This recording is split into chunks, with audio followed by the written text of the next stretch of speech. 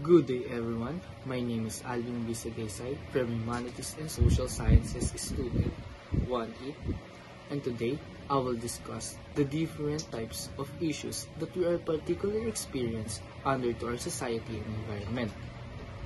So without getting further, let's get started.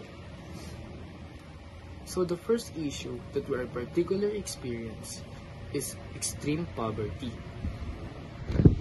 Poverty in the Philippines remains a significant issue, affecting millions of Filipinos. As of 2023, the country's poverty rate stood at 15.5%, with approximately 17.50 per million Filipinos living below the poverty threshold. However, self-related poverty tells a different story, with around 63% of Filipino families considering themselves poor, which is the highest rate in 21 years according to the social weather stations. The second issue that we are all experiencing is pollution. Pollution of water, pollution in air. So let's start with pollution of water.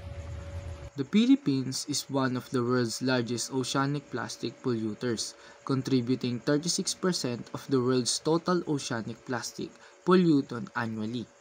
Water pollution is a primary cause by industrial process, agriculture, and domestic sewage.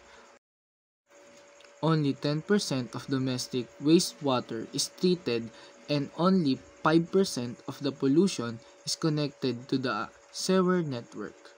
The Pasig River is considered one of the most polluted rivers globally, and water pollution affects marine life and human health. Second, the pollution of air. The Philippines' air quality is considered moderately unsafe, with levels exceeding the World Health Organization's recommended limits. Vehicular emissions, industrial activities, and waste burning are major contributions to air pollution. Air pollution is established to cause around 27,000 premature deaths annually in the Philippines. The transportation sectors, particularly in the urban areas like Metro Manila, is a significant contributor to air pollution, with vehicles accounting for 75% of air pollution.